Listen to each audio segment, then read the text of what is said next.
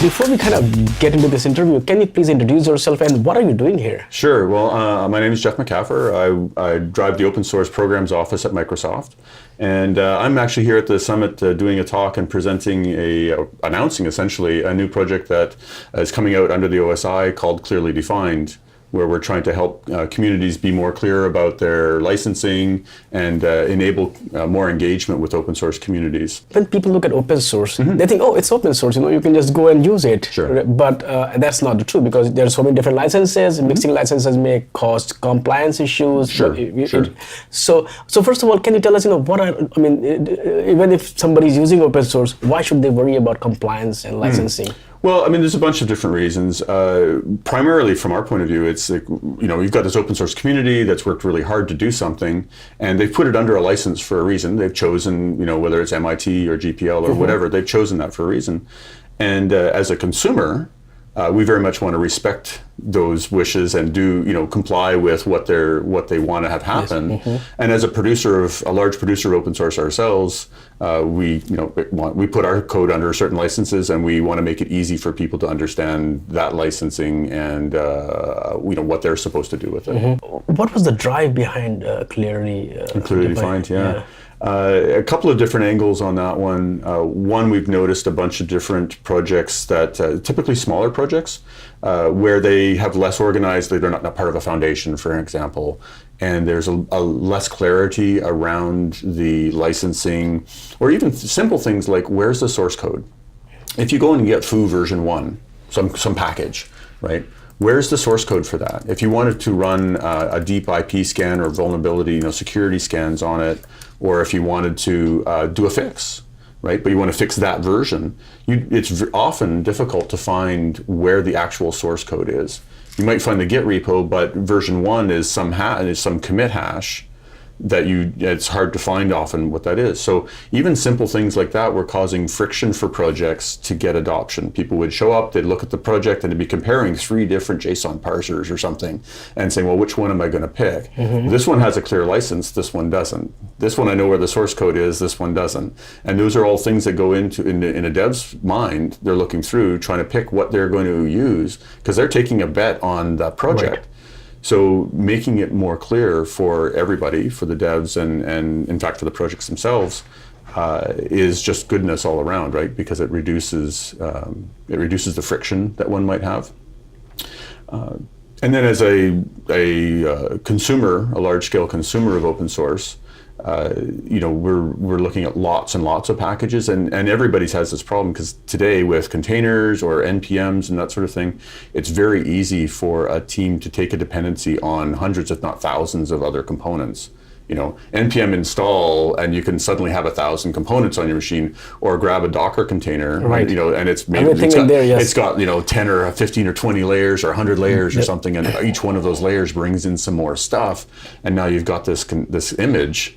Yeah. And it's full of things that you don't necessarily know what the license is. Right. Anything you install has dependencies that are pulled in there. Yes, yes, exactly. So the scale is really is amazing because there's so much open source that's so great to use, but it's also challenging for consumers, and it's actually important to note that it's not just companies, we're talking about consumers. Right. Open source projects take dependencies on other open source projects and pass those on to their consumers, right? So if you're in the middle there somewhere, and people are showing up to you, you might be MIT licensed, but something you're using has a conflicting license on it. And if you don't know about that, now you're exposing your community to that sort of conflict, right? And that causes more friction, and people look at you and say, well, can't use that. You don't want to touch it, yeah. And so it's really about bringing that clarity around the licensing, the source code location, how I comply with the license, like attribution, who would I attribute? That's very mundane, simple information, but key to actually being respectful of the communities you're engaging with. You mentioned SPDX. So how is this different from the... Sure, great point. SPDX is a really great format for interchange, right? The X is for exchange, and it's a format for tools and technologies to interchange data about the components that you're using. And we fully support SPDX both as an input format. We run tools that harvest data, and those tools might output SPDX, and we'll take that in, and that's awesome. and the APIs that you can call on ClearlyDefined to get the data, you'll be able to get SPDX format data out. So I think SPDX is a key element of this overall story, so that people can write tools and feel confident that they can connect up different data sources and different tool chains and build out the whole feature set that they need. How does ClearlyDefine actually work? Can you just go into details? So it's relatively simple. Like think really simple. We're taking a very, very focused approach. That shows in the name itself, right? Yeah, we're really trying to, like, don't imagine this is some big glorious database with a universal schema or something like that. Think way, way simpler than that. We have a job engine, effectively, that runs a set of tools. These are all open tools. It's very important that everything we do is open. Anybody could reproduce.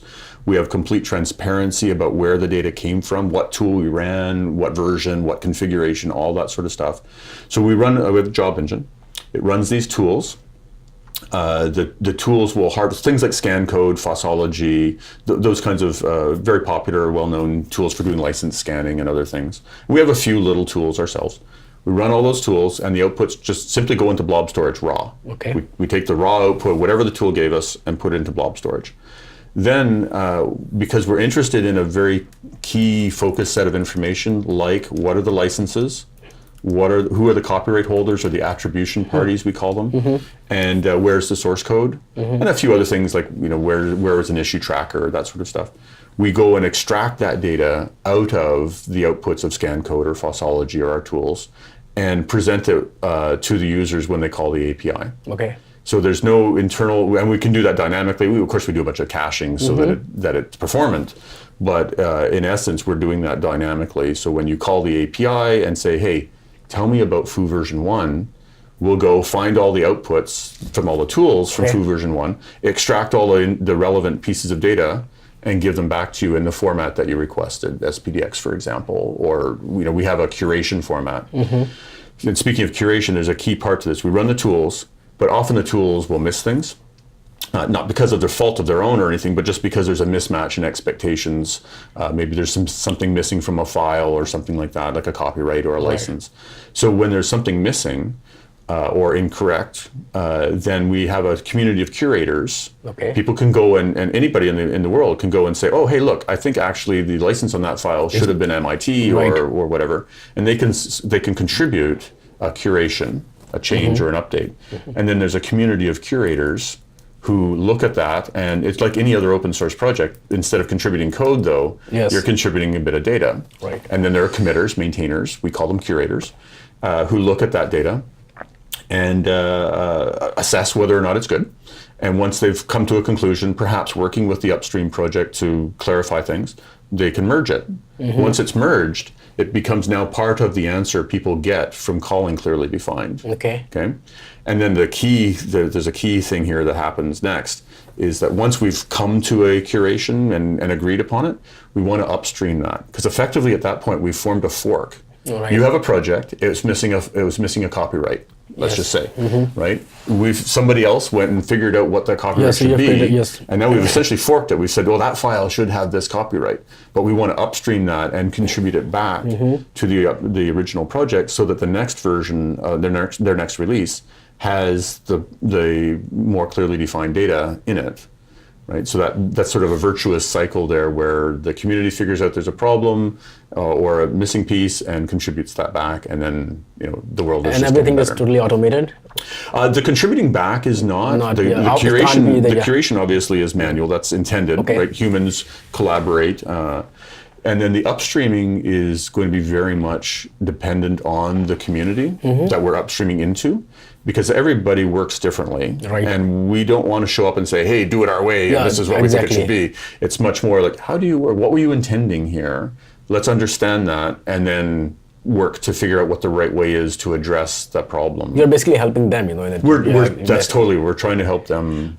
How do you keep up with the change in the versions, because sometimes versioning, and then sometimes some project get dual license or chain license. Right. So the versioning, as you get new releases of components, we will rescan them. How do you know that the version has changed? Oh, well, we can watch all the sources, right? Automatically, or some manually? That part. I mean, there might be some scenarios where we have to have some manual signaling, but in general, we already watch GitHub all the time. We can watch NPM.js. We can watch all the other package managers and see, hey, look, there's a new version of Foo, and go and proactively do that.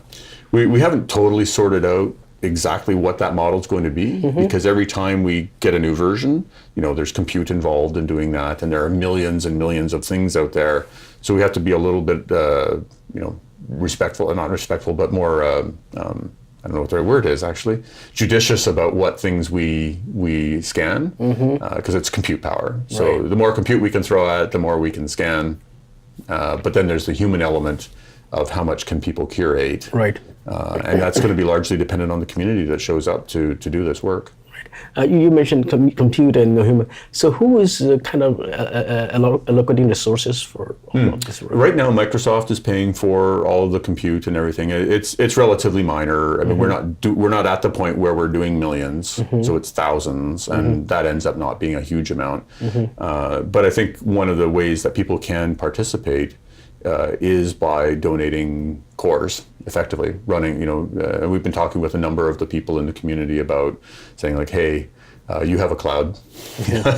Azure is the biggest cloud either way, right? The second. I don't know the stats these days. It's always changing, but there are lots of people out there who have lots of computers, and so we've toyed around with the idea of doing a sort of SETI at home style thing, right? Where you've got some cores, we can use them. Yeah, we used to do that. Yeah. But we're super aware of the sort of trust element. Yes. We don't want to just let anybody run it and not have. So we actually had I was at dinner the other night with Brian Ballendorf and talking about Hyperledger and seeing like how could Hyperledger factor in here, and we haven't gotten that far, but that would be a very interesting direction to go to sort of be able to totally democratize this computation as well. But as long as you don't use the resources to mine Bitcoins, it's fine, right? Yes, we will not be mining Bitcoin. How do people use it? So there's a couple of different ways.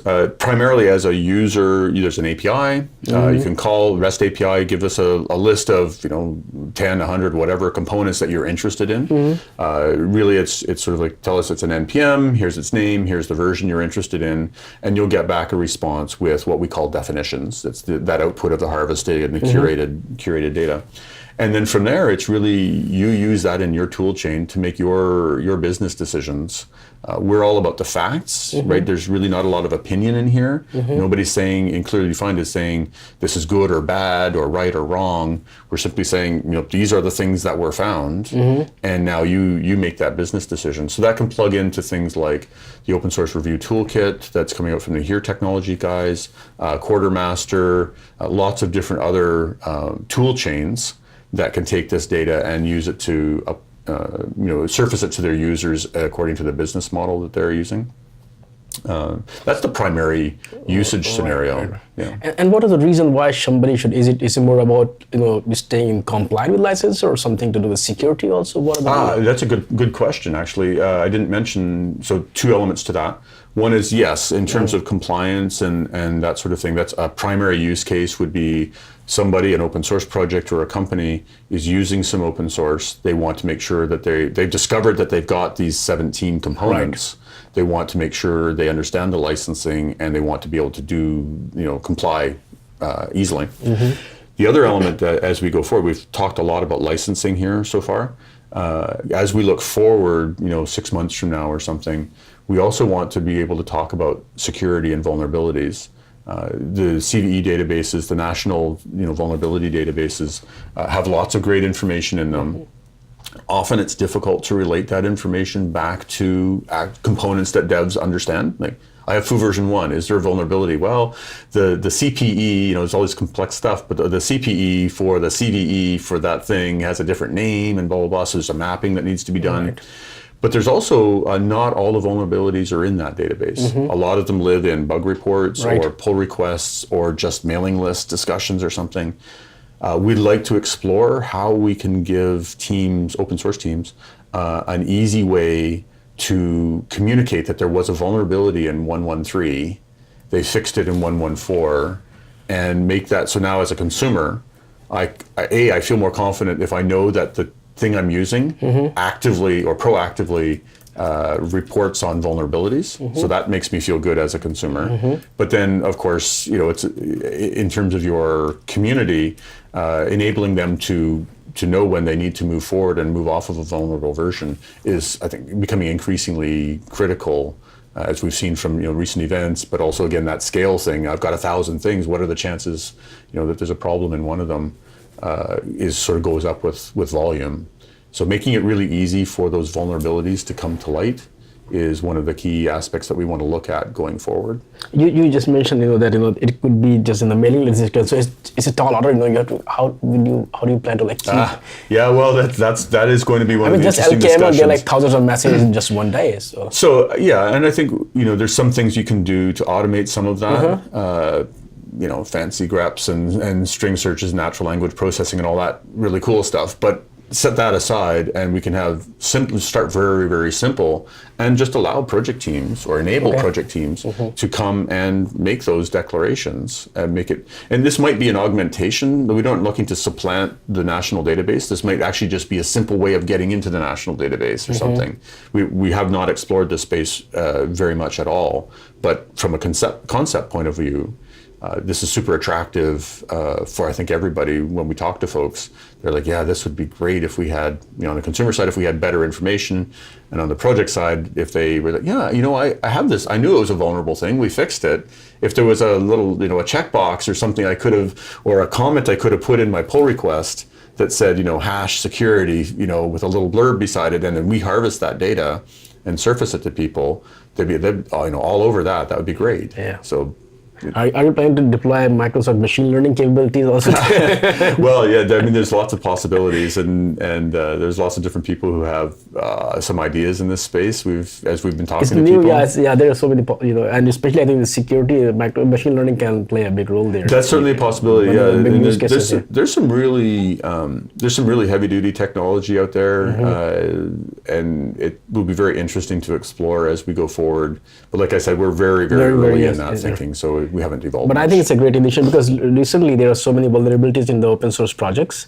That's really, from security point of view, also, of course, in addition to compliance, it's a good initiative. I think. It's good to to really think about it as a confidence thing, right? And whether there are or are not vulnerabilities, at a certain point, almost. I don't want to say it doesn't matter, but if you're confident about that the project is paying attention to those things, then you can feel better about going and engaging with that community. Right. Yeah.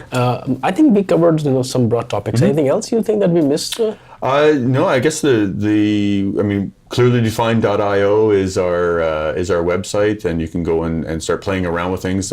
It's very early. So there are bugs, and there are where do they file those bugs? Yeah, well, we're on GitHub. ClearlyDefined on GitHub is where we're at.